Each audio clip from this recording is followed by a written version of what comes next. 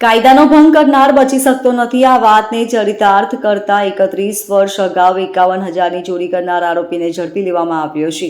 31 વર્ષથી નાસ્તો ફરતો આરોપી કુંભના મેળામાં ડૂબકી મારવા ગયાની જાણ થતાં પોલીસ દોડી ગઈ હતી। જો કે આરોપી પોલીસે ચકમો આપીને દિલ્હી જતો રહ્યો હતો, જ્યાંથી પોલીસે આખરે આરોપીને ઝડપી લીધો હતો। આરોપી વર્ષોથી ફરાર હતો અને ક્યાંય પકડાયો ન હતો, પરંતુ રાંદેર પોલીસ તેના લટકતા કેસને ઉકેલવા સતત પ્રયત્નશીલ હતી।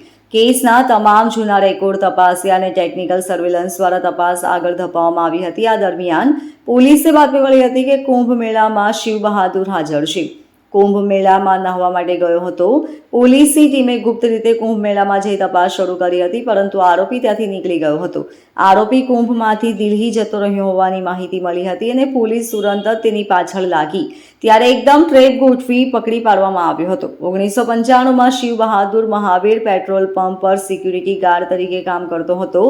એક રાત્રે પેટ્રોલ પંપની ઓફિસમાંથી 51,000ની રોકડ ચોરી કરી નાસી ગયો હતો। 31 વર્ષથી અલગ અલગ શહેરોમાં નામ અને ઓળખ બદલીને જીવતો હતો। રાંદેર પોલીસે શિવ બહાદુરને સુરત લાવી વધુ પૂછપરછ શરૂ કરી છે।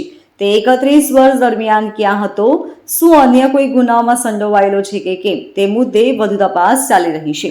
Bureau report, LK star news, Surat.